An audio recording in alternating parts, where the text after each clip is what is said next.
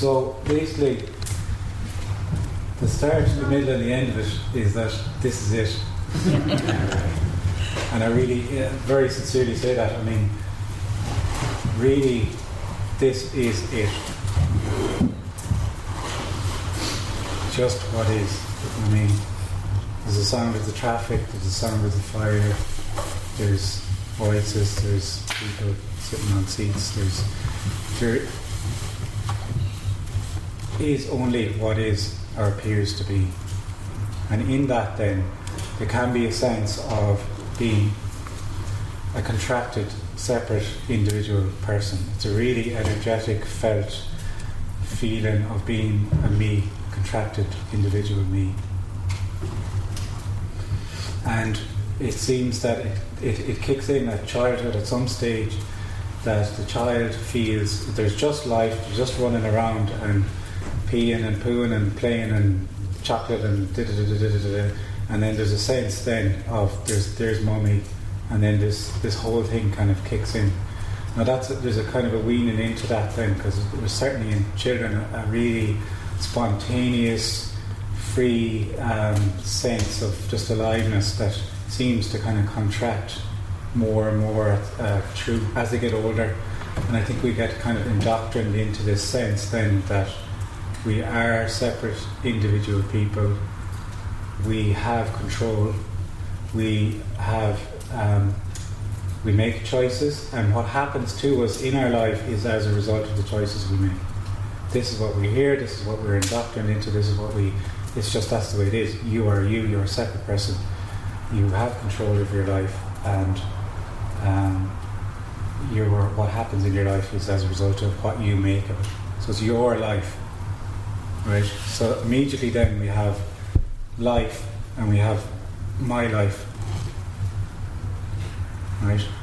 And then in that's a very unsatisfying sense of our perception of the world. There's something in that is deeply unsatisfying, that we can't put our finger on, that we can't understand, that is completely beyond words. But there's a yearning for something. Once I feel like a me, from this perception, there's nobody that's not seeking, there's nobody that's not searching for something. And what is that something? We think it's something as a something, as a person. When we feel like we have a life, we're negotiating through life. So we're moving through life, and we're relating to other people, to everything. We feel like a subject, and everything is an object. So if you think of it in them terms of a subject, there's only one subject, and everything becomes an object. The subject is me, and then everything. This seat is now an object to me. This man here is now an object to me. The sound of the fire is an object to me. Everything is an object. So there's 7 billion subjects, and we can't all be right. You know, the 7 billion people that feel like, well, you know, it's a false center. You know.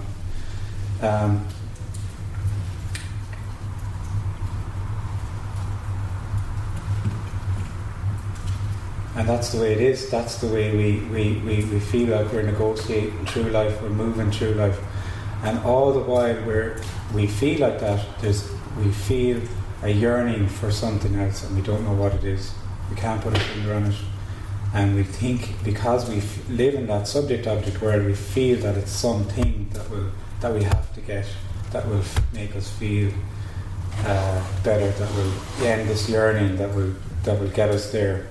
Be it the job or the car or the whatever it is, you know, a million different things. And so we're all seeking in that sense. We're all seekers. Once you feel like a person, you're a seeker. Now, there can be a sense of spiritual seeking for a thing called enlightenment or whatever. And from this perspective, that's no different from the person who's trying to make €1 million. It's absolutely the same thing. It's just a yearning to feel wholeness, really. And the Divine Comedy is that wholeness that we look for is not in something to get, it's not in something to gain, it actually involves a loss. And the loss is of the person that feels separate, it's looking for something. So the loss is the loss of this sense of being an individual. And what we're looking for is always just simply what is. Just this.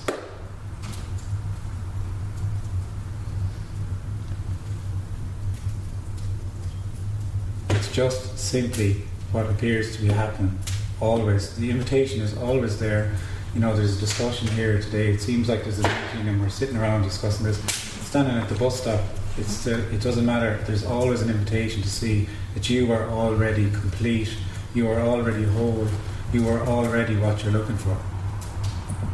But when you feel like a separate person, this isn't then seen as it is for what it is, because there's a sense that it's something else, and there's a yearning for something else that's going to come, it's going to be around the next corner, it's going to be something that'll happen in the future. So there's this movement and hopeful anticipation for something, to get something that will be happen. It's not now. This is always rejected by the individual, what is happening. So what this communication is about is there's a sharing of this is a sharing of a different way of seeing, a way of seeing that there is just this, and so it's a description, and it's not prescriptive in any way, and it's simply a suggestion, and then it's heard as it's heard that really, you know, we'll talk today. And if something comes up, just say it. Doesn't matter. There's no such thing as a smart thing or a silly thing. Or if something comes up to say, just it's there to be said. And through this sharing, we're discussing how the individual is artificial. It can't be anything else but artificial. This sense of being a separate individual me who has control, who makes choices, who is moving in time and space. All of that is absolutely artificial. And we'll discuss that. But really, what's happening though is not conceptual at all. It's completely energetic, because the sense of being an individual is an energetic, contracted, cellular feeling that this is my skin. I'm in here, and the world is out there, and I'm negotiating the world. I'm moving through the world.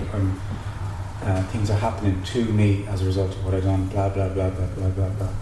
It's not an idea. It's not a concept to the person. It's a very real sense of being a me, a separate me, because it's absolutely embodied and cellular and contracted. You are absolutely there. So when we share, there's a sharing like this in friendship, and there's a discussion like this. There's all that's seen from this perspective is just aliveness. Here, this is just aliveness. That's all there ever is. And so you're not being asked to believe anything, you're not being asked to do anything, but in that energy there can be a falling away of that sense of being a me, and this is then seen as it really is. And life as it really is indescribable and paradoxically, shockingly, ordinarily just this, because what you've always looked for is what it's always been. Excuse me. It's never been anything else. It's never left you. So it's always just what is. So it's stunningly ordinary what you're looking for, and that's how it's hiding all the time, because you think it's something else. You're moving in this anticipation of it that it's something else, and all the while it's just simply what is. That's all that's ever been looked for. And when it's shared like this, there can be a sense of the me that feels like a me doesn't like this message, because we're looking for our own absence. So that feels like a separate individual goes, hang on a minute now, I'm not really down with this. I am a me, and and yes, but and from this perspective, the energy of these get-togethers and the energy of these discussions is that is absolutely not fed at all. There is no individual in this room. There's only aliveness. The same aliveness that this is aliveness, churching in a very beautiful way, I have to say. Arting on the walls, firing, it's all one. There's only aliveness. That's all there is. That's all there's ever been.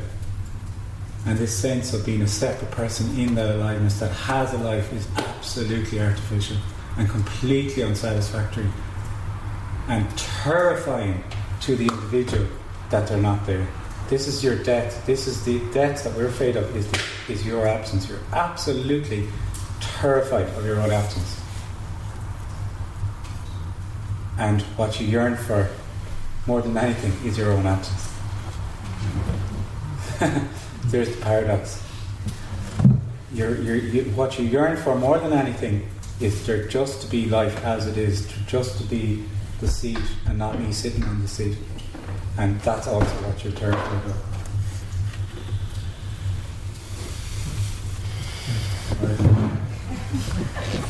You're very welcome to mine. You missed all the good stuff. It's gone, it's out there. I don't think I can do it.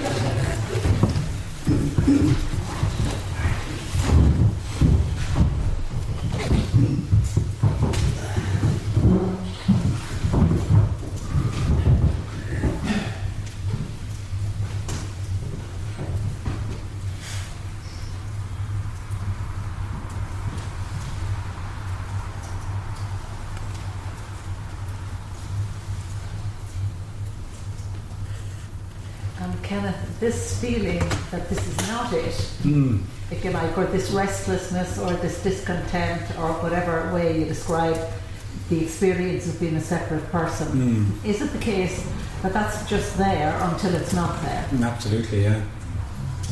Absolutely, it's there. It's also just aliveness, pretending, playing the game of being separate. So it's there until it's not there. And it's guaranteed not to be there because we're all going to die. You know, so that's the thing. But that yearning is there. Yeah, absolutely. Yeah. There's nothing that can be said. There's nothing that can be done that can, in any way, touch that sense of being a separate self. These words are just—it's just words. It's completely energetic. So it can't be dissolved in any way whatsoever. Anything the individual will do to try not being an individual will completely reinforce the sense of being an individual. That's why this message is quite, when it's really heard, this message is actually quite radical. It's not, people think it's the same, there's a heading called non-duality, right? There is actually no such thing as non-duality ultimately, because non-duality is an apparent solution to an apparent problem. There's no separate self. There's nothing wrong or right or wrong with any of these terms, but under that then there's all of these people and there's a sense that they're all saying the same thing and they're absolutely aren't. Because there's a communication that speaks to you that you can somehow do something to bring around your own absence. And the individual loves that communication because it knows that it's absolutely not in any danger with that at all. You know? If I was to sit here and tell you, this happened to me, and this is how it happened to me, and this is what I'm recommending to you to now do, the individual that may be there would absolutely love that. It would relax into that and okay, this is good and this is all good. That's what we're always being fed our whole lives is do A, B and C and you get to D. You know, this is the way you should be all the time ever since we're really small. This is the way life is, you know. But this a communication that's a sharing. This is total unconditional love. Just a sharing that you are already complete. As you are. This is it. You are it. You are life. You are aliveness. You are being, whatever. And there's an energy, there's definitely an energy to that. It's nothing to do with Kenneth. At all. At all. Nothing to do with anybody. It's nobody's message. If this is a clear message, it's nobody's message. End of story. Nothing to do with any character, any person. There is no teacher. There's no such thing as a teacher. If I feel I was a teacher, then you're students and there's something to learn. I've got it and you don't. And that's nonsense. And yet somehow what am I trying to say now? When some people speak, there's a resonance. I speak for myself. For me, there's a resonance with what some speakers say. Yeah. And then with what other speakers say, there's no resonance at all. Yeah. And equally, some of the very important people in my life wouldn't be here. I'd have to drag them in and tie them to the chair to get them. Yeah. So it means nothing to them. Nothing, absolutely nothing. That's a mysterious thing too. Yeah, it's a beautiful thing. Yeah, there's absolutely people are rather watch paint dry than hear this. Yeah. It's a mystery to me. That's a mystery to me. You know, I would want to hear me talking. That's the big mystery, actually. Yeah. No, completely. There's just no interest in this. It surprises me sometimes when there is an interest in it. You know, I mean, the world as we know the world to be is you are absolutely an individual, and you know all of this stuff. There is a past, there's a future, there's cause and effect. Absolutely, this is madness. This is madness, and there's a fear of this. It's a huge fear of this. So often engaged with in two ways: either run away from it and, like you say, wouldn't come anywhere near this church or this communication, or come here and hear this as something else, tie it into some other concept, fit it into a concept that they already have. It's amazing how people can sit through hours and hours of a meeting and you talk to them at the end, they haven't heard a word that's been said at all. You know, and that's another way the individual can protect. But there's different energies to different communications. Again, there's absolutely nothing right or wrong with any of this. I'm not coming here telling you, oh, there's these speakers and they're saying the wrong message. They're not saying the wrong message. They're not doing anything. Everyone is being done. Everyone here is just being done. You are aliveness being done. You are life being done. That's it. So a communication that's saying to you that, you know, if you hop on one leg and you sing this song, you'll get there, then that's what life playing the game of that message. You know? It's not right or wrong. And then that will, because everyone is absolutely unique, and one thing will ring with one person or resonate with one person and it won't with another, and vice versa. And there certainly is an energy to a communication that is about the individual and is speaking to an individual. It can be a powerful energy to it, but I would describe it as being full for a day or two, and you're full of inspiration, and then it's like, so, you know, I have my 10 steps now. I have my thing, and damn it, I'm gonna do the yoga now every morning, or I'm gonna do, you know, and you're all up for it, and then it all falls apart. You know, but there's, yeah. You touched on something that I was going to actually ask about the mystery. You said about the mystery. And that's something that kind of strikes me, is that remains. Just, no matter, even if the illusions fall away and it's just suddenly it's life appearing, it's just such a mystery. Oh, it's an absolute mystery. I mean, this is completely unknowable. Yes. This is absolutely unknowable. Life is completely unknowable. And that's the adventure, that's the free fall. That's why the word free fall here really resonated with me, because before it was order, it was noble, it was I'm safe here, I'm not safe here, I don't like that, I like this, and and a sense of repetition, a sense of wanting to be safe by knowing what was going to happen. And then this is life actually, as it really is mad and free and completely unknowable and fully alive. It's stunning. And then just having a cup of tea is just having a cup of tea. It really strikes me that it's quite amazing. It's not something that you can understand, but it's something like that you can kind of sense. Is like when you walk into the room, and I've been in other teachers, this sense of freedom that I sense. It's like the tension, the resistance is not there. It's just this argument, or is a part of me thinking, oh, I like it's a little bit of projection. We do project all the time. We're constantly projecting. And sometimes, we put something negative or positive onto something, and that's that. From the perspective here would be that it's there is whatever is, and that includes all the nasty shit stuff, which we want to go away as an individual. I don't want to feel shit. I want to feel great. And what do I do about feeling shit? I mean, I go for a run after this. Why am I feeling shit? maybe it's because my mum said that to me, you know, when I was 10 years of age and I fell over and scratched myself, and she said, get on with it. And that I didn't get over that, really. You know, I mean, do you know what I'm saying though? But that's the game. It's like there's some reason for everything, and it's just this heaviness, and you know, it's kind of we want to fill the sense out of being. We have the sense that everything can be good and okay, and we're constantly kind of rejecting the bad stuff and pulling in the good stuff. And really, all that's about is just filling out this me and comforting ourselves for a lack of everything, of wholeness. We've lost everything. We feel that we've lost everything. You know, but then when free fall, liberation is totally indescribable, because there is only what is. There's no longer a sense of being a separate person. So there's just, and it seems that there is only liberation. There's not liberation here and a bit of liberation over. You're doing good, Frank, and then Jim. You know what I mean? And it's totally nonsense. I mean, there is only liberation. There is only life. Unconditional love, whatever you want to say. Words are just words, you know. But in that, then you see everything can arise and just fall away. So feeling bad is feeling bad. There's no sense of having to do anything with it. Everything just kind of arises and falls away and comes and goes, and in free fall, you know. Just talk about the awareness of the contraction of the energy. It seems to me that, you know, I'm aware of the contraction, therefore I'm a me.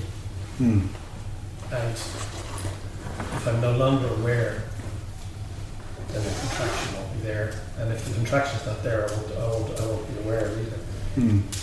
So which comes first, the chicken or the egg? Yeah, it's impossible to say. It's the awareness is just the individual. Yeah. Awareness is, this is very confusing when people start talking about awareness, because the individual loves that. You know, tell me to be more aware, loves that. That's why that's why you have people on Oprah Winfrey selling millions and millions and millions. It wouldn't be, it doesn't fit. Like, this is a very radical message. Anything that is doing that is obviously speaking to the individual, you know. So awareness it's the individual who's aware, because it's a subject object, you know. If you contract, you can feel the contracted energy. Yeah. And you're aware of it. Yeah. Obviously, that's me being aware. Well, it's an apparent me. Yeah. There is the awareness. Yeah. So if I'm no longer aware, but it is already all that is, though. So if there's a sense there of awareness of it is. This is the thing about it. It is, no matter what appears to be happening, that is already what's looking for. So if it's a yearning, it is the yearning. It's not the resolution of the yearning. You know, because that what the game the individual sets up is that if it's once this awareness is gone, I won't be there then. So that's fine. That's great, like, because that'll just keep it on. Maybe that'll happen next week. You know, so the whole thing just goes round and round and round. Yeah. But that contracted energy, when it unravels, apparently unravels. It's an appearance. Yeah. I mean, have you had an experience? I haven't. Could you understand that somebody could have an experience of being contracted, and you know, I'd like to understand how that just unravels, or what's your experience of that? Well, you see, it appears to unravel because the individual is an appearance. It's not real. This is the cruel joke about this. I mean, there is no individual. There never has been. So the unraveling is an appearance, and that's what, when this is seen, many people, there can often be a lot of laughter, or a sense that, like, what I've been looking for has always been just what it's always been there. It's never been anything else, and so that's it's nothing actually happens. That's the cruel thing about all of this. Nothing actually happens. Like, you could be pottering away as a separate person, and it can be like an awakening. You could be walking down the road, you could be whatever you're doing, you could be unfortunate enough to be meditating, because if you are, you're going to think that the meditation brought it about. Nothing brings it about, because there is only what is. That's all. That's what it is. But then that sense of being an individual usually kind of comes back. So that's kind of this. It's as if you're flooded with light, and it's undeniable. I mean, it's undeniable. It can become the biggest thing. Everything else pales in contrast to what has been experienced, what has been seen. Because life, as it really is, has been glimpsed. You know, and then there's a yearning then to not be, or to get that back. And I found a lot of people on the spiritual path are in that they've maybe had a glimpse, or they've had an awakening, they've seen something undeniable, not conceptual, very immediate, very real for them, and then they want that back, and they want to make that longer, they want to make that a permanent state, and therefore you're on the hamster wheel of that, and that's just boom, boom, boom, boom, you know. But really, it's when there's just if you want to say, you could say there's awakening and liberation, and the liberation is, the game is kind of over, and that there's no sense of anyone at all left. That kind of, you know, at that point it's just very, very obvious there never was anyone. So there never is anyone anywhere else either. There's only other people, like, from the perspective of there being a me. So when that falls away, there's no other people. So who are you going to help? You know, there's nobody to help, because everyone is already what they're looking for. So that's the strange thing about what we're talking today about, is that we're talking about something that apparently happens. When we talk in this language, we talk about awakening, liberation, all of this. It's something that apparently happens. It's a perception. It's Change perception. When there's no me, it's a shift. It's a shift, but it's not an experience. You know, as a person, we live in a sense of different experiences, or seeing things a different way. This is a total loss of everything. Everything is lost. Concepts, and everything. It's a complete loss. And in that loss, it's saying that you are no thing, and no thing is everything. And then, literally, it's just that there is only what is. A thought arises, sounds are heard, and this is the true reality. It's life is then seen as it really is. It's indescribable. That's just words. And the thing about it, when you describe it to the individual, it sounds special.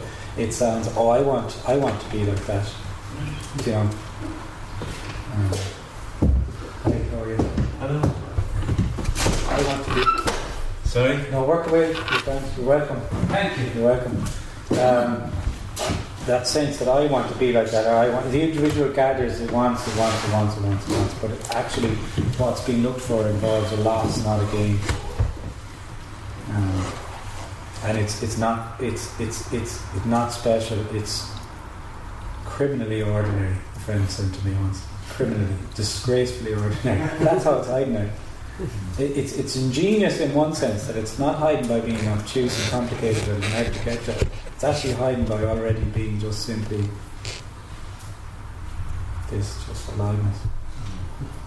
You saying that there's no one to help or provoke laughter. Yeah. It's quite amazing. Yeah. It was as if, I think, it provoked laughter because there was no resistance to hearing it. Yeah. I think, I feel in some way that the laughter indicated some recognition somewhere Yeah. that this was true, for the want of a better word. Yeah. And Yeah. that there was something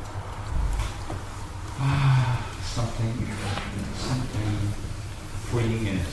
And laughter is often evoked. There can be a lot of that. It can be laughter. Yeah. It's an energy. It's a sense. It's a resonance of this. And when it's communicated like this in a group, there's an energy to the communication, and that's heard as it's heard. There's an openness to it, or there is not an openness to it. I would find people could go away maybe more entrenched in individualism, or more determined to stick on some spiritual path or whatever after hearing this.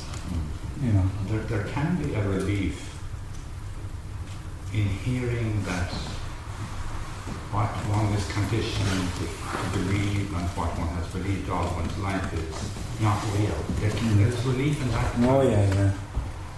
And it feels real, the relief, I mean. Yeah. It's like letting down a weight that one is carrying on one's life that one has never seen the option of letting go. Absolutely, yeah. The sense of being a person, it's very constricted. It's layers of what you should be doing, what you should have done, what you could have done, it's blah, blah, blah, blah, blah, blah, blah, blah, blah. It's just exhausting. I mean, that's individualism. Only for we sleep at night we'd be kaput altogether. Do you know what I mean? At sleep is just, it's gone. There's nobody in sleep. You die every night, like, and then you're back in the morning, ready for action. You were saying earlier that what we desire most or seek most is also what scares us most. And I had this other thought that's kind of funny as well, is that if you don't want to go somewhere, it's a relief to know that you're on the wrong road. Yeah. You know what I'm trying to say? Yeah. It's heard as it's heard. You know, the communication is heard as it's heard. There can be a readiness to hear, absolutely. That's why there's people, you know, there's often someone watching a YouTube clip and bang. There's just such a readiness for this to just bang. I mean, wow, what was that?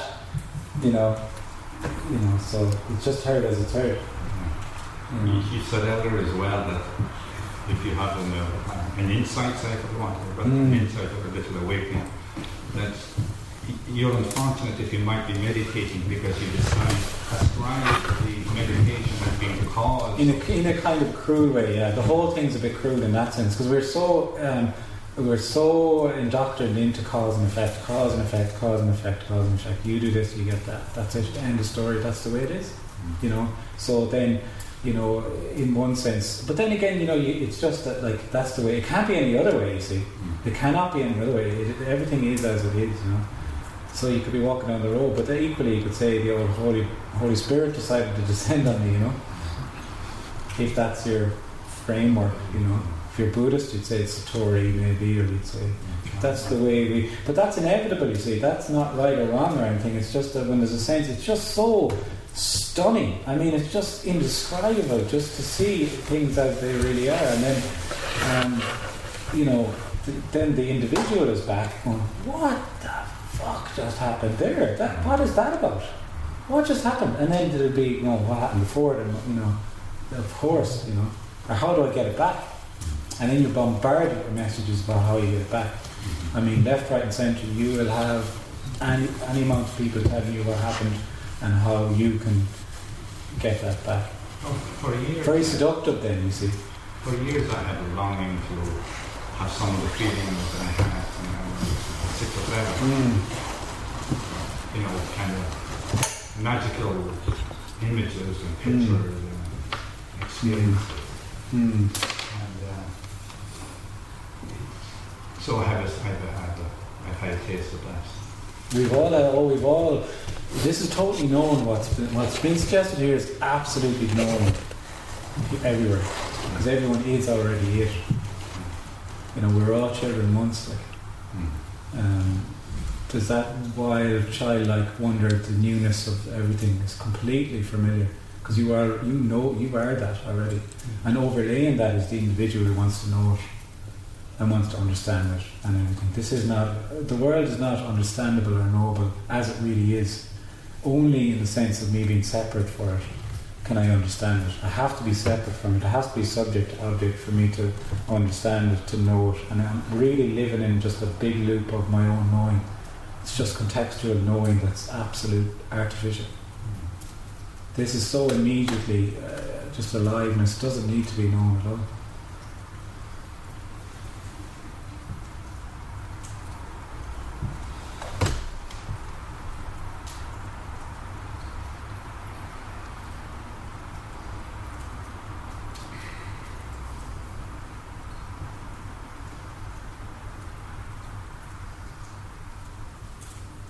So are you saying that not alone is it unknowable, but knowing it is not desirable or useful anyway? Someone who knows. It's the individual who knows, that's it. Yeah. So There's a functionality in knowing, I know when I go out there, I know which car to get into, get off the train, you know what I mean? But that's just something that happens. right. It's just how it happens, yeah. It seems that knowing more solidifies the individual. It's an aspect Not the of feeling of knowing. It's an aspect of being an individual, yeah. Like time and space are an aspect of being an individual. Time and space, So feeling that there's a past and a future emanates from being separate me. There's that's behind me and that's in front of me, and this thing called the present. Then that what's that like? I mean, where does that start or finish, or this is eternity. This is eternity. We wonder about eternity. What's eternity? This is eternity. No, this is eternal, and we're moving as individuals in time to find eternity. How can you move in time to find eternity?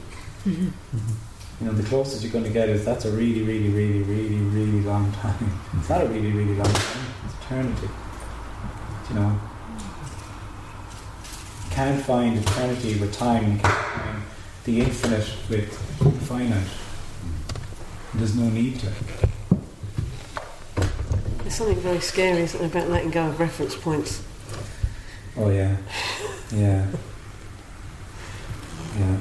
It's terrifying, the individual letting go of anything, really. They only let go of something when there's something else that's replaced it, really.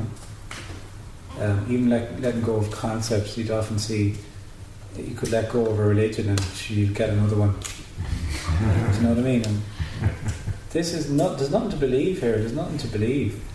You go away. Nobody been asked to believe anything here. You go away believing. What are you going to believe? You believe you're not there? Do you know what I mean? What difference does that make? This isn't about understanding or believing or knowing. It's just that sense that this is it.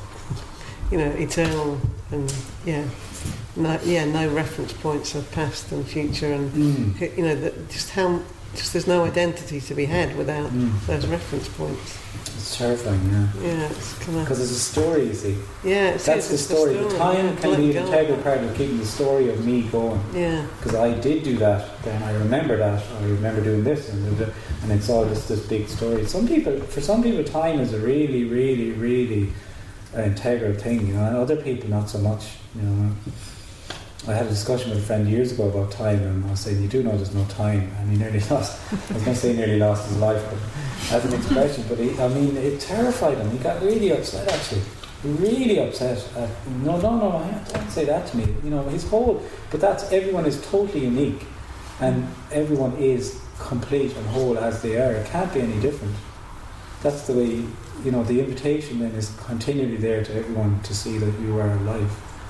But for that person, time was wow, like it was bang, bang, bang, time. Yeah. So take time away. Wow, he couldn't cope with that at all.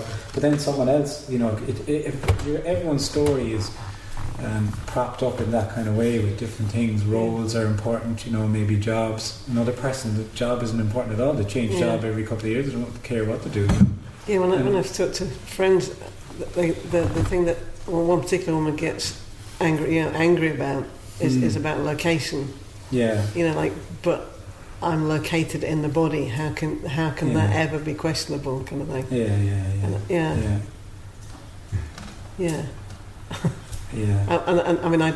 I certainly don't get that.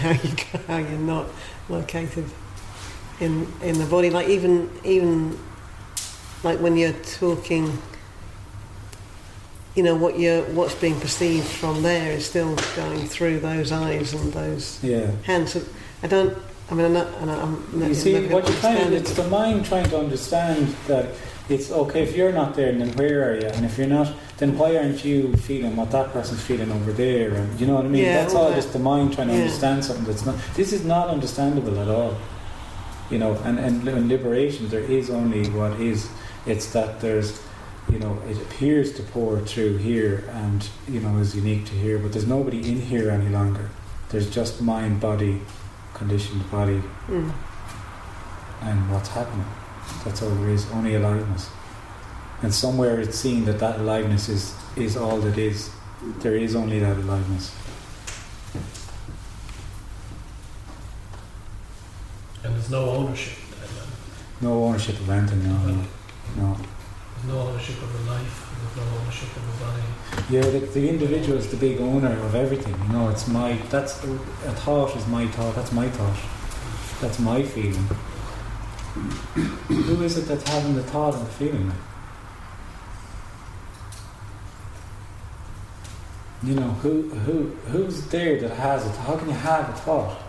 How can you have a feeling? This is the big kind of elephant in the room with the whole thing, is that this big presumption there's a separate individual self, and it's unquestioned. It's not questioned at all.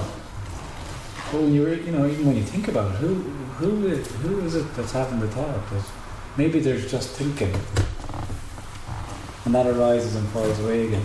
Do you have to accept that there's no self-esteem and there's no self-worth, and when you're dealing with your child or you know, people are talking about reinforcing self-esteem and self-worth, and yet you come to the conclusion there is no self-esteem, there's no self, there's no self-worth. You know, there's just nothing, basically. Yeah, and nothing is everything. Yeah. You know, that's the game that you know, this work on your this, work on your that, work on your self-esteem, work on your.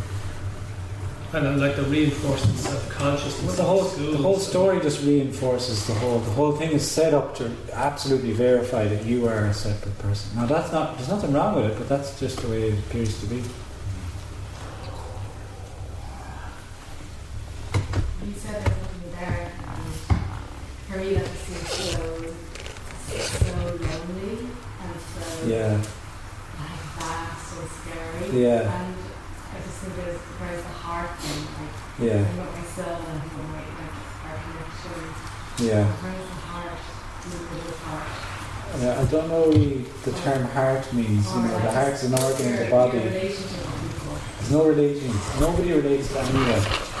And when it's seen that is a game, really. Actually, that's that whole connecting thing is actually just a game that goes on. There's nothing wrong with it.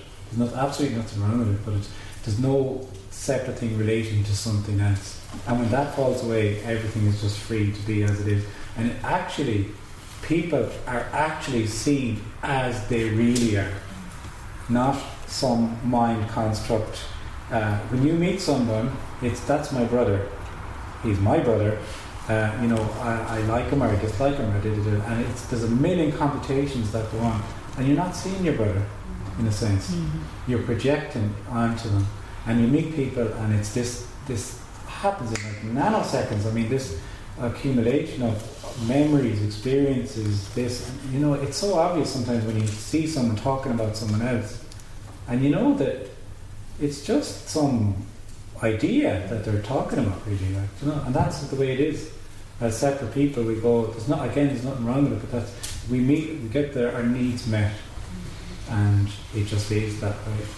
And then when it falls away, everything is just free to be as it is, and everyone is free to be as they are, and everyone is unconditional love. That's the real compassion. That's the real compassion. You know, there's nobody that's not alone. There's nobody that's not alone. There's a game in that. There's a game in the story that you're not alone, because you have X amount of people, and even in that you can feel huge loneliness. Even in that, you know, in cities people are all around together and they never feel more lonely, because really there's nobody that's not alone, because there is only oneness. There's not two that. So that's an invitation to see you are just aliveness.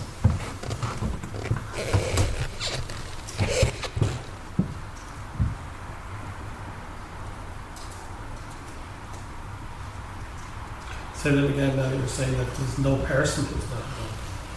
There is no person, no. That's what I mean. in wholeness. There's no separate people though. There's no people sitting in this room. There's bodies, mind bodies sitting. But and then when we're discussing it, then it's obvious that and people are saying they feel that they're sitting on the chair, and all there is really is just aliveness, charting, trafficking, firing, personing on the chair. It's all one energy, if you like, unknowable. But there's no aloneness in that. The aloneness is gone when the individual is gone. Yeah. Because when you are all that is, there's nobody to feel lonely anymore. Because there's nobody who feels that they're apart.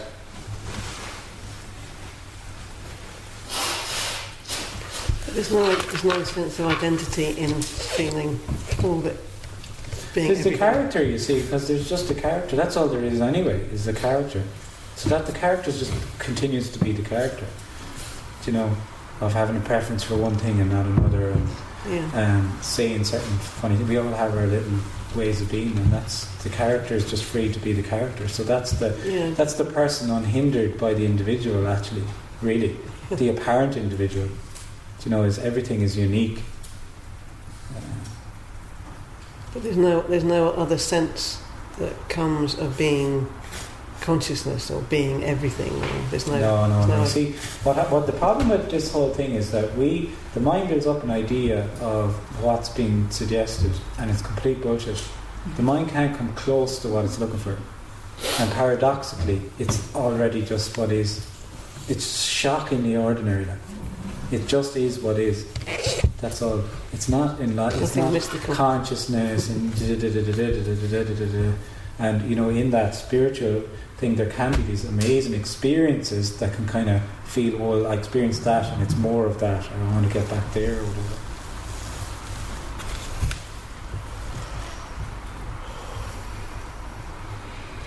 There's nothing special about it at all. See, the whole special, not special thing is what keeps the whole thing going in a lot of ways, you know.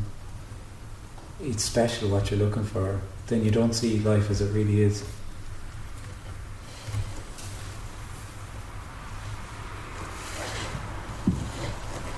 I discovered, sorry about my English first of all, because I'm not original. Probably better than mine. I discovered that I can't see is what it is. Yeah.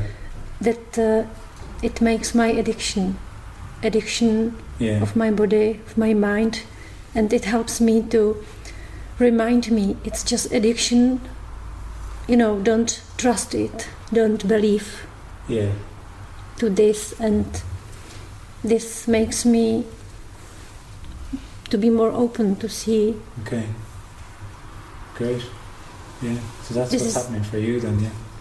This is helpful for me. Yeah, yeah.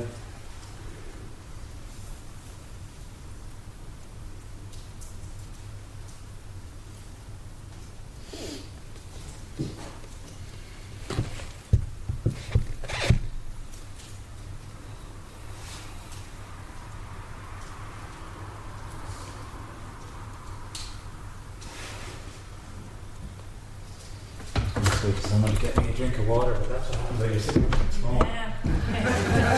Sorry to order pizza or not. Put a lock on while you're up as well. If you're going to throw me around, but I put it on, will I? It's cold down here, yeah. So true. Put a hole in.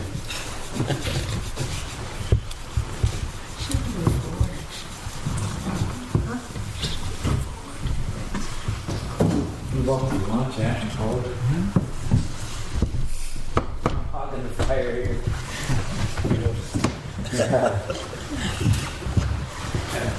But that's the difficulty with, in a sense, when this is communicated. It's impossible to communicate it without a sense of someone is up there knows something that I don't. There's nothing that needs to be. There's nothing to know. There's nothing who has anything that you don't. Especially when it's kind of like this, you know. I was reading a book by an Irish woman called Jack O'Keefe. she had one line in it that really struck me very powerfully when I read it a few times.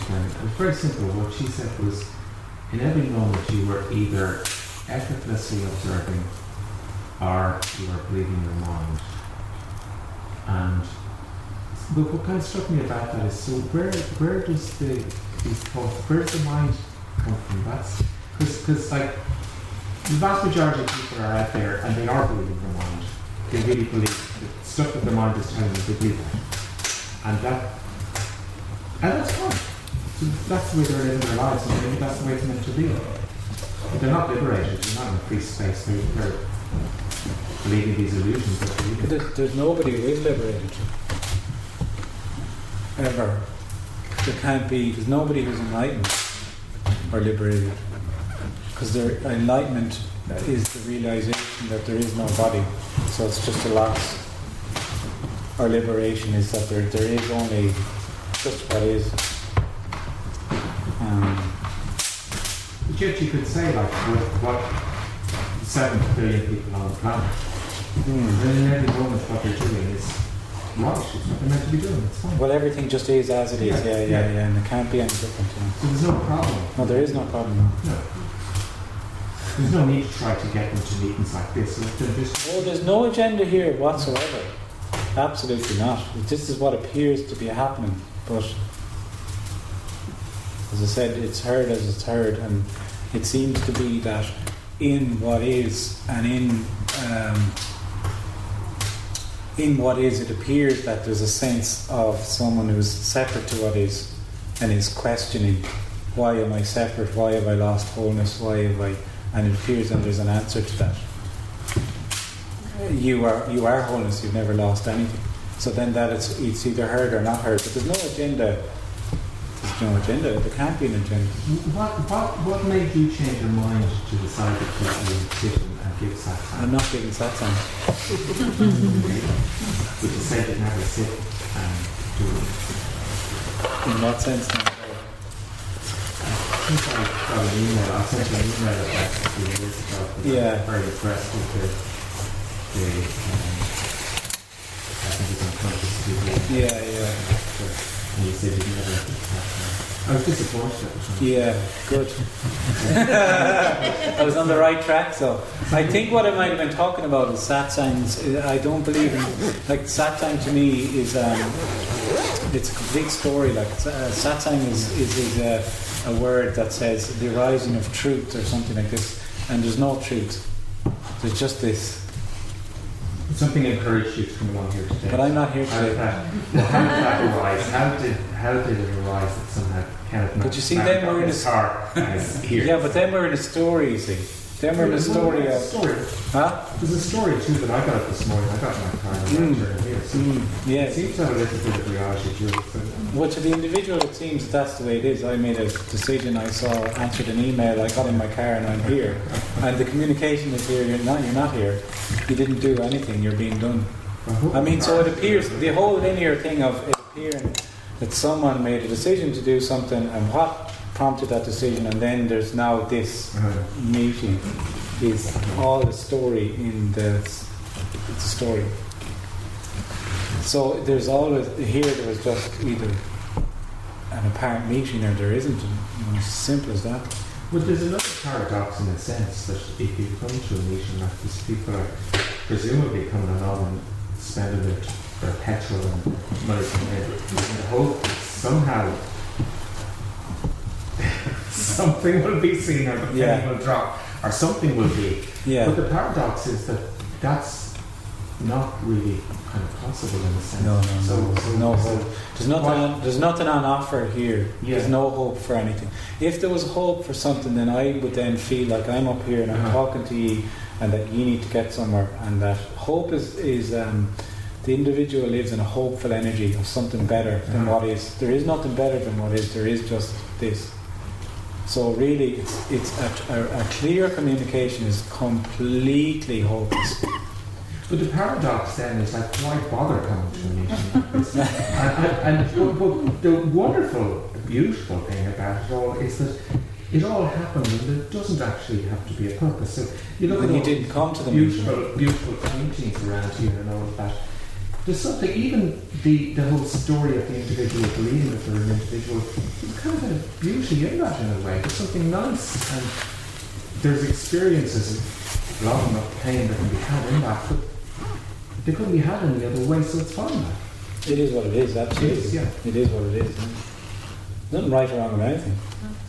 There's something kind of beautiful about it. It can be, yeah. Not very beautiful when you feel stuck in it, though. That's true. Well, from a different perspective, maybe, because it's lovely. It can be endearing, it can be nice, yeah, but it just is what it is, actually, yeah. What did you mean when you said you're not doing anything, you're being done? That there is only aliveness, there's only energy. There's no separate me in there doing things. Yeah. So life is, we feel like there's life. The first thing that what kind of struck me when I saw this was, I didn't have a life. I was life. And that I'd always grappled with that for years and years and years. Is this, how do I have a life? Or how do I have it? Where do I have it? How do I have it? Yeah, and then there's life. So there's the two, there's the dualism. But then when this is seen, it's just that there is only life, and you're actually being done, so that whole sense of doership, of me doing things, it just falls away. And that's what's kind of been shown now with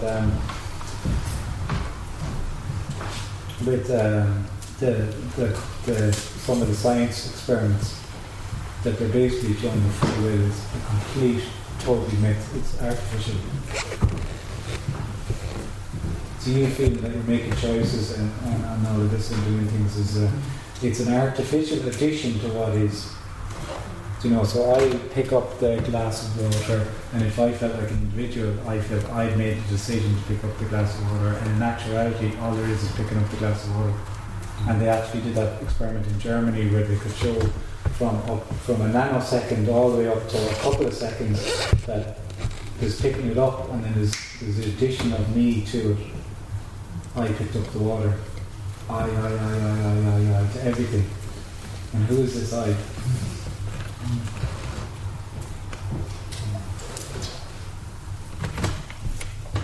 The guy in the BBC did it. I don't know his name now, but he did the documentary on free will, and he went into the lab in Germany, and they did it, and he came out, and it was stunning to see him. He actually had to sit down on the steps. Oh, I saw that. Yeah. 6 seconds. He actually had to sit down on the steps. Yeah, that was the one. And he sits there and he said, they've just shown me that I've never done anything my whole life. What am I supposed to do with that? He was actually stunned. He did like what? And in a sense, what are you supposed to do with that? You're told your whole life, you are a separate person, everything happens as a result of what you do, what you choose, you have control, blah, blah, blah, blah, blah, and then suddenly bang, well, no, you've never done anything. You were sort of saying that the unconscious has the decision made about 6 seconds before the actual... You see, when the problem is with the experiments then, and all of this now, what the scientists will do is they'll say, there's no free will, but it's okay because there's another level there, and on some other level you're deciding. So they'll always pull it back one a bit, and because that whole viewpoint is from the sense of being an individual. So there'll always be a different explanation or twist on it. You know? That will say, it's okay, it's all right, nothing to worry about. It's very hard to even imagine what you're talking about. It's actually, it's not hard, it's impossible. Yeah. Because anything, if you imagine it's only another thought. What's been suggested here is totally beyond the mind. And it's very, very simple really, is that there is only what is. And that's, you have always been what you're looking for. Some little words sometimes hit you, you know. Like in your email or in your, it said you don't have a life, you are alive. And that sort of just hits you for a second, and then it's gone, you know. Yeah. But the individual feels the need to hold on to it, and you don't. Nothing needs to be held on to. There's a flash of truth. It's like lightning, you know, but it's gone. It's resonating. Yeah. And that can either be in some words that are said or something. Yeah. then there was another, Richard Sylvester, and he said, "You are the light in which everything happens." Yeah. And that was like, oh God. Yeah. So really, it's just There is actually only light. You know. there is only light. Like we think the sun, and the sun is hitting us with the rays, and like everything is actually only light. Energy. Everything is only energy. That's all there is energy. Energy can't be created or destroyed. And it is energy now, doing, energy painting, energy speaking, energy. No boundary or anything, ever. It's only energy. That's all it is. And that energy appears to then contract on a cellular, it's totally cellular. Every single cell contract into, oh, there's me, and there's the world outside me. And that's the apparent dilemma for the separate person. Because then they're looking for wholeness, they're looking for everything, because they now feel apart from it. But it's so it either drops or it doesn't. Yeah. It plays out as it plays out. It can't be any different than it is. And on the death of the body, it's gone anyway. So there is only liberation. Liberation is guaranteed. There's only liberation anyway. How do you know? Because there's the death of the body. After the death of the body, how do you know? Well, it's just seen that there is only liberation. I don't know. This isn't coming. This communication does not come from a knowing of anything. It's directly from not knowing, actually. Once someone thinks they know this and communicates this or whatever, that's different energy. That's an individual talking to another individual. Just on what you said about you being up there and us down here, and could be here that your ordering goes, or we're someone's ordering you to put something on the fire. Like, if somebody is coming from a person and communicating, it's different to somebody who's not coming from a person. So, in other words, in a given situation, something might be said that you didn't even know you were going to say that, and it's not with any consideration of the persons around you. Do you know what I'm saying? Mm. You're not interested in, you're not worried about the persons that are listening to you, because they're not listening, there's nobody there, so you're not worried about that. So in other words, people who are talking to one another and concerned about hurting somebody's feelings or saying the right thing, engaging in a way society expects us to engage. It's all very tired. I'm a bit tired listening to it, yeah, but you know what I'm saying? Why when you're coming from... It's an artificial, that's all a game. Yes. It's all a game. It's all an artificial game. Yes. How I meet the world, how I treat you, how you treat me. Yeah. Exhausting. So when you're talking... Nothing wrong with it, or right with it. If you're talking from a place where you're not coming from that place... No, I'm not talking from any place, but yeah.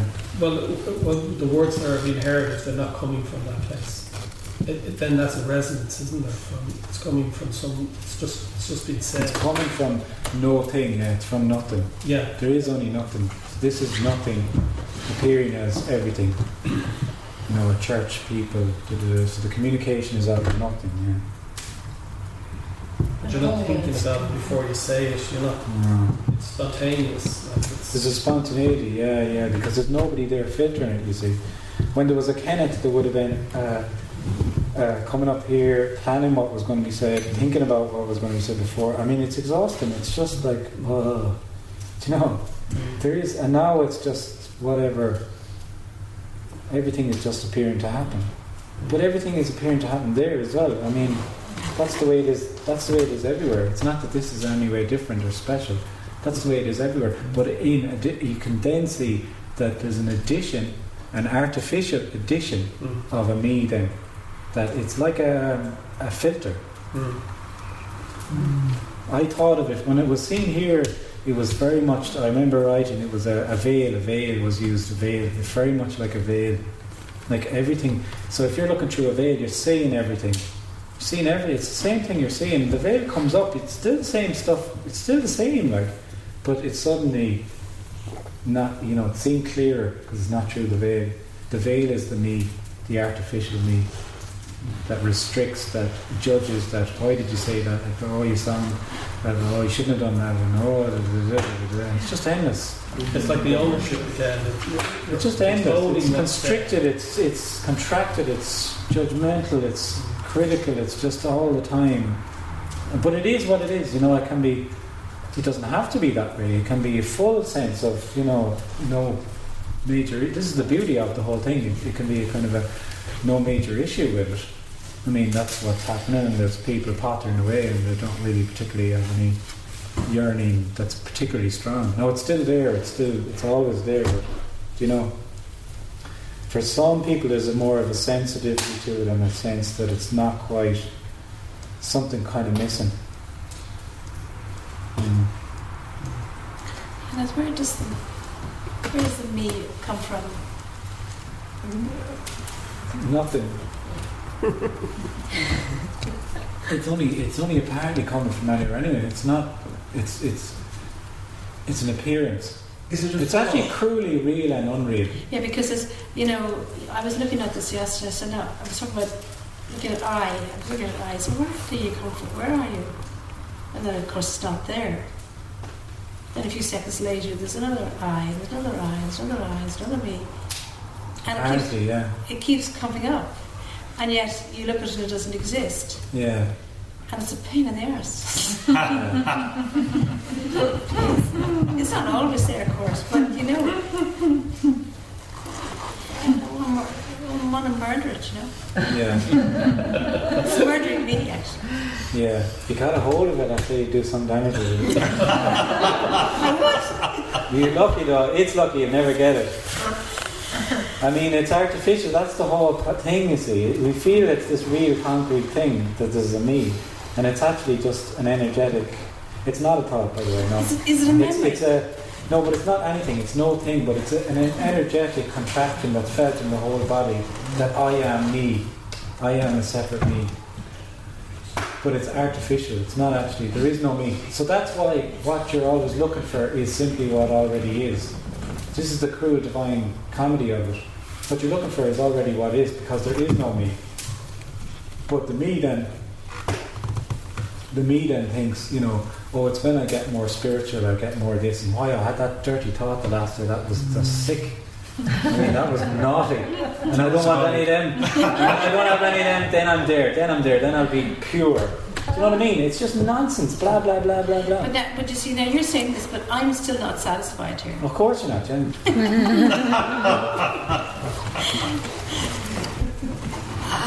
Bollocks. And he's not saying this. It's not. It's just a communication. There's nobody here saying anything. But the communication is just, that this is it, and there's no recognition that there's anybody there that needs to drop anything. Have you communicated this successfully in a way that somebody close to you says, "Oh, I see"? It's actually always been a complete disaster. I've never had a good one. No, it really isn't. There's no sense that there's someone here communicating it. There's only the communication. So if there was another meeting and it was a clear communication and this character was sitting there, you wouldn't feel any different than sitting up here. But it's just comes out of nowhere. It's stunning. It's stunning to Kenneth, the character Kenneth. It's an amazing message. I mean, it's absolutely stunning to hear, and it just comes out of nowhere, and you don't know. There's no agenda to it, and there's no rhyme or reason as to where it would arise or where it wouldn't. So therefore, it can come up with all sorts. The people that you may be in the story close to or not close to, and then it's just there. And then you could have an idea of someone that would really be into this communication. I've had that experience of someone who would be very, oh God, I thought that was really, we need to have a chat. And then there was like, I saw your video. Okay. That was it. You know what I mean? That's just the way it is. Kenneth, if there is no me and there is no me, what is it that's making me feel angry right now? Not terribly angry. I'm not going to. You're not going to hit me or anything. Is there anything to throw around? Remove all missiles. No, thanks. So what is it that makes? It's frustration. It's you see, the individual feels, if there's anger, let's say frustration, right? Yeah. There's frustration. The whole energy of being an individual is I'm frustrated. Yeah. Right. I need not to be frustrated. The amazing thing about it is the frustration. It's already the frustration. What is the frustration? That's solved. That's looked for. That's it. It is the frustration. Oh, yes. But the individual is living in this energy of it's not this and it's that, and I need to move towards this and have less of that. And when I'm not frustrated, then that'll be it. Maybe next week, maybe by Wednesday. Yeah. Because I'm inclined to think it's that presence which is behind everything. It's bullshit, yeah. I mean, like all of that, and there's all these communications that are very confusing, to be honest with you, because they do feed that whole dream of it's awareness, it's non-descript awareness, it's consciousness, it's this. I think all of that is very, very confusing, because it's as if it's some state or some this or some that. It's not. It's just frustration. What's wrong with frustration? Frustration is frustration. And when it's there just to arise as frustration, then everything just is and isn't. You could even say it arises and falls away again, but in a sense it doesn't even arise and fall away again, it just is and isn't. And there's nobody fighting it. So it's just the allowing of everything. But there's nobody who allows. Yeah, but it's nobody that gives permission of the allowing. Yeah. That's one of the closest the individual can come to it, is if I just allow everything to happen and don't judge everything and whatever, yeah, that's fine, but like that's just another thing that you're doing then. Oh, this is just hopeless. Oh, completely. It's totally hopeless. Yeah. Hope is for something better than what is. Yeah. Hope is something that it's not this. Hope is a rejection of what is. It is absolutely hopeless.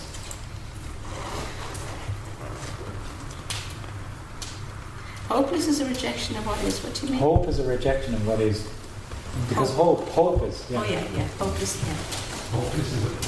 Hopeless is also having a sense that nothing can change. I'm stuck with this.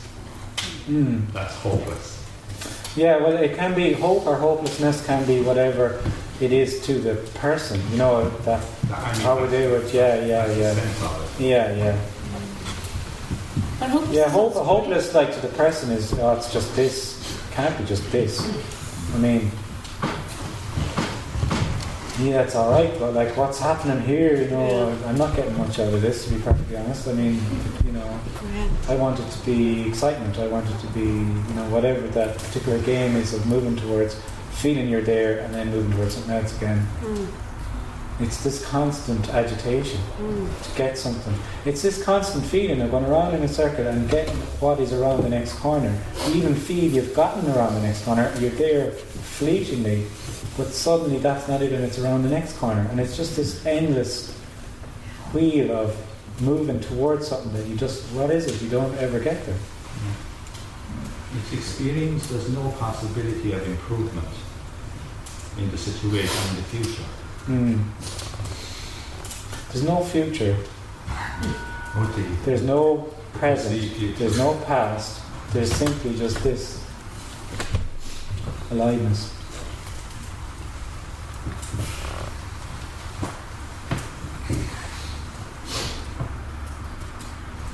Just after fixing the boiler in the past, I have done a heat.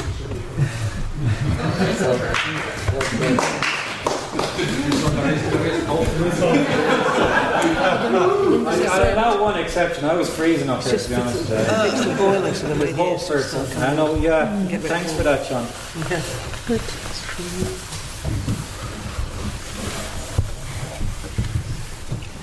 Are you cold sitting there? Huh? Are you cold? My tootsies are a bit cold. We'll get a foot rub, that would be great. No, I'm fine. I have this big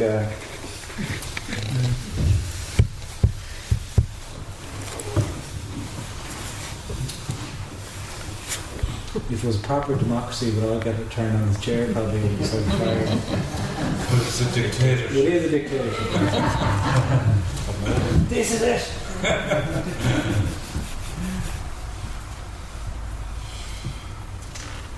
I find hopeless is actually great. Now that's the I saying that too, but hopeless takes every frustration, everything away. It's kind of it's hopeless, relax. Can be a sense of that, yeah. Yeah.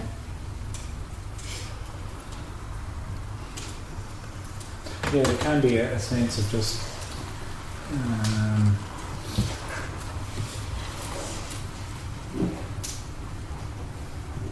that it is hopeless. It can start to become quite obvious that it's hopeless. It's not a comfortable place to be, but it can start to become very obvious that actually there's nothing. And then what I would say is that it's almost as if it can then be obvious that this is no thing. This is nothing. That's it. And then it's seen that nothing is everything. And that's unconditional love then. That's the fullness. So that was unconditional. That's unconditional love. That's the fullness. The fullness is that this is empty. Everything is empty. And empty is fullness. Yeah, that's what Meath said back in the 13th century. To be full of things is to be empty of God. To be full of God is to be empty of things. Yeah. Who said? Meath. He was a 13th century German mystic.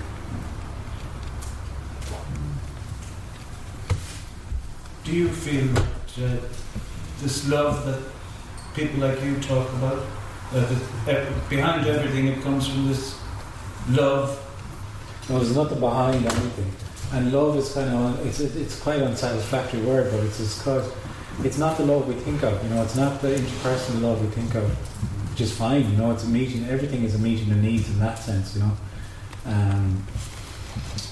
it's not interpersonal love at all. It's totally, completely beyond the mind. It's just an isness that everything is just full and complete. It's an inadequate expression. Everything is an inadequate expression, really. Words are just words, It's totally indescribable.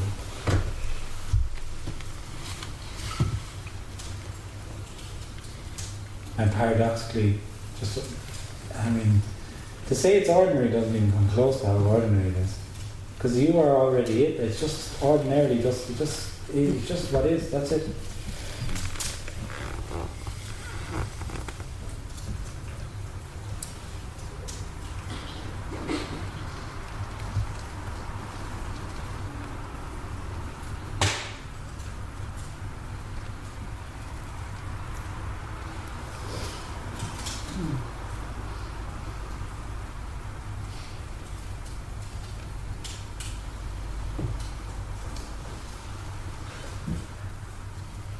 The phrase, this is it,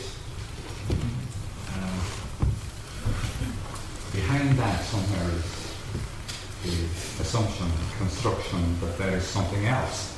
And what you're saying is that there's nothing else. This is it, and there's nothing else. Yeah, again, it's just words. There's a problem with it. There's nothing that I can't hit on anything else that will say it any clearer. I've sometimes seen, I can't remember what book it was or something I read, that this person has used very non-dualistic language. And this is a brilliant book. And I kind of started laughing. I was like, what's non-dualistic language? An apple is an apple. The word apple is pointing to apple. The word apple isn't an apple. Right. You know what I mean? I can describe the taste of an apple in a piece of that big. It's not the taste of an apple. Language is just language. So words are very unsatisfactory. Words are just words. Nothing wrong with them. But it's as I said at the beginning of this, it's absolutely energetic, really. But this communication here is totally energetic. It's a resonance. It's just something. It strikes a chord. resonates. And it's heard as it's heard. Often here the experience would be very much resonates, because this is totally, everyone is already this, and it's totally resonating. And there can be, and also simultaneously, a kind of a rejection of it.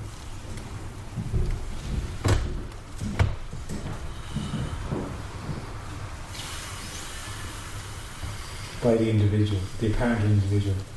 Dangerous place to be. Doesn't want to be here.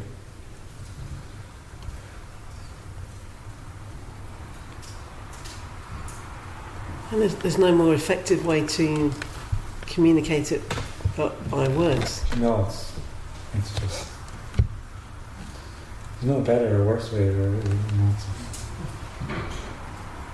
Silence. If you just sat there and The resonated. difficulty is I often find silence it'll arise, and in a sense it kind of is almost a bit more than the word. It's not really, but it's like a pregnant silence. Absolutely, yeah. The difficulty is then what do we do? Do we all sit around in silence then? Do you know what I mean? Okay, I've been talking now for an hour and a half. Now we're going to have 20 minutes of silence. I mean, you can't. It's another doing. Yeah. We're all then sitting in a thing called silence. What's that like? It generally tends to be kind of more quiet. It gets quiet. It can often get quieter and quieter. Yeah. There's nothing to get, you see. There's nothing to get, and it's suggested, and it's kind of but, and then there's nothing being offered because there's nobody here. So there's not, So then the energy can just get a bit, Yeah, more organically rather than engineers.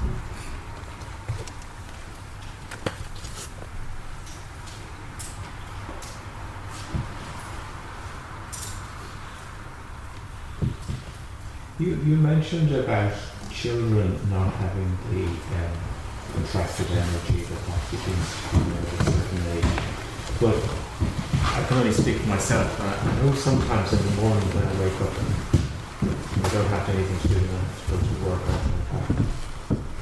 That I can become aware, I'm just after waking up, that I can become aware that the constricted energy isn't there. And it's like I can lie in bed and become aware of my feet and the feelings and the sounds around, and it's like almost like a conscious choice to just be with that for a while, and it's quite amazing. So I don't know if that's the same thing, but it feels like it could be.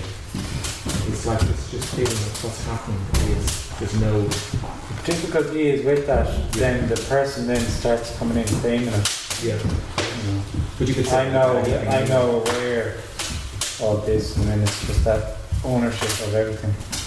It's a strong pointer though, because you can come along here and be listening and talking, and the mind is. Whereas this seems to be like an experience, kind of useful. There's nothing that's not it though. This is the thing you see, there's nothing that's not it. Should be a good pointer though. Yeah. There's nothing that's not it. I mean, driving the car, whatever it is, doesn't matter. So you are always complete and whole, and there is only ever aliveness. But when you feel like it's separate self, there's this special, not special, that's it, this isn't it.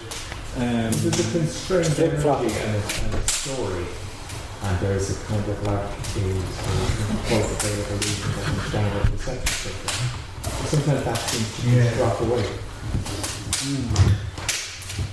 Yeah, and then there's this very free space, this lovely free space, it's kind of delightful, just free space with no resistance to it. Yeah, but it's also having a pain in your arse, you know what I mean? I don't mean to be crude, but you know what I mean? It's everything. And see, this is the problem. The individual says it's this sense of being free and this free space and da-da-da-da. That's all fine. But then it's also feeling shitty. Do you know what I mean? That's also it, you see. But once you feel like a separate self, feeling shitty isn't it, and that other time I had this free space is it. So then the whole thing goes round and round. You can actually have physical pain or pain in your body and just be in a free space, just resting with it. But the paradox is it seems to disappear very quickly then. It's quite amazing. If you've got like a bad neck ache or a headache or something, you say, right, actually that's nice, I'm just going to be with that.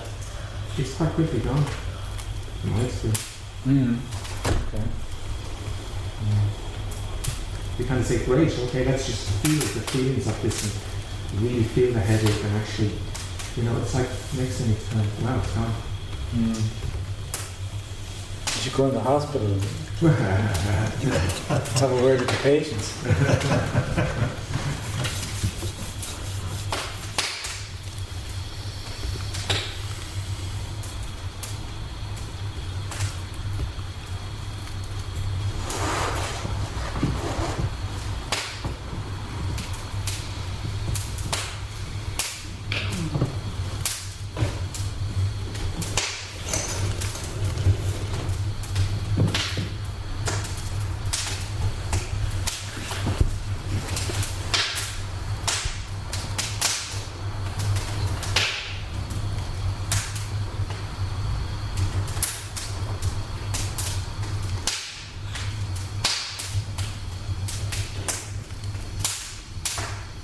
Fire's doing all the talking nowadays.